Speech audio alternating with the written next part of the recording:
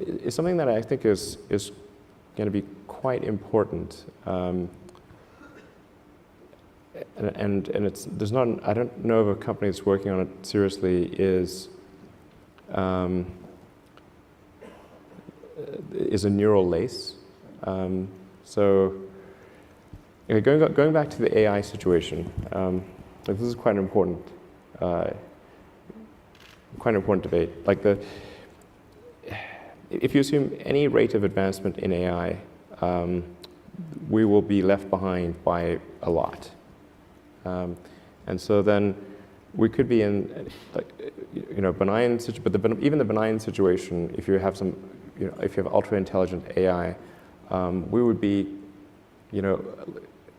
so far below them in intelligence that it would be like, a pet, basically. Pet, that's what I was thinking. Like a pet. Cat. Like a cat. Elon It'd be like the a house cat. Yeah, it would be like the house cat. Right. It's not the end of the world, Just, well, sort of pet. You've seen the movie, it could be. Yeah. It could be. But that honestly, that would be the benign scenario. Mm-hmm. And so house cat is okay. I mean, I don't love the idea of being a house cat. Okay. But that. So what's the solution? Yeah. So I think I think it's to essentially. I think one of the solutions, the solution that seems maybe the best one, is to have an AI layer.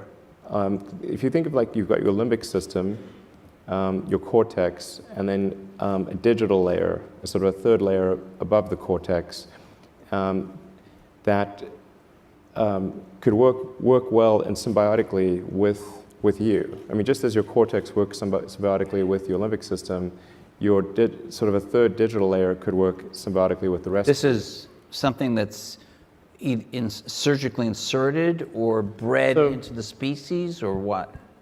The fundamental limitation is input-output. So we already have, we're already a cyborg. It's just that, you have a digital version of yourself or partial version of yourself online in the form of your emails and your social media and all the things that you do. And you have basically superpowers in that with your computer and your phone and the applications that are there. You have more power than the President of the United States had 20 years ago. That you can answer any question, you can video conference with anyone anywhere, you can send a message to millions of people instantly. You just do incredible things. And but the constraint is input output. So we're I/O bound, particularly output bound. I mean, like your output level is so low. It's like, particularly on a phone, like your two thumbs are sort of tapping away.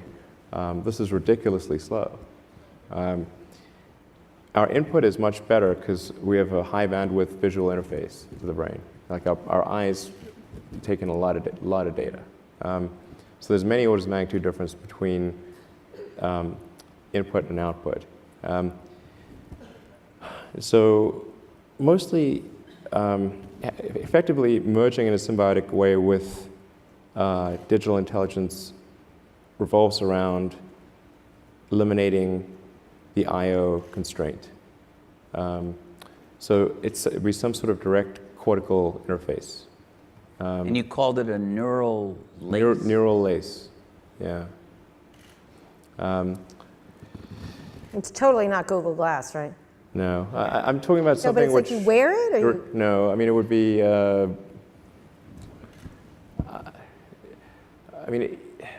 are a few ways to approach this, but some sort of interface directly with your cortical neurons particularly. But doesn't that imply surgical insertion? Not necessarily. You could go through the veins and arteries because that provides a complete roadway to all of your neurons. Your neurons are very heavy users of energy, so they need high blood flow. So you automatically, with your veins and arteries, have a road network to your neurons. Still some kind of surgery, right? Yes, but you could insert something, basically, into the jugular and have. It gets macabre, but it sounds really easy and it doesn't involve. Risk-free. It doesn't involve like chopping your skull off or anything like that. That's good. Yeah. And plus, you're not a house cat anymore, right? Not a house cat. So, Right. I mean, essentially, if we can figure out how to establish a high bandwidth neural interface With ourselves.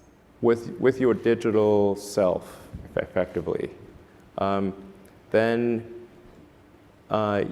you're no longer a house cat. You know? All right. On And- that note, no, on that note. Yeah, well, just one closing thing. I mean, I think it's probably you the benign are outcome. you That's probably the interested- best outcome, I think. Are you interested in exploring this possibility that you have just laid? So somebody's got to do it. I'm not saying that I will, but somebody's got to do it. I mean, so somebody should do it. And I mean, if somebody doesn't do it, then I think I should probably do it. But And the goal of this is to prevent there being an external AI, particularly one controlled by a small group of people that could yeah, be so much more powerful and intelligent than we are that the house it cat would be godlike in its situation capability. occurs. Yeah. Well, this has been really cheerful.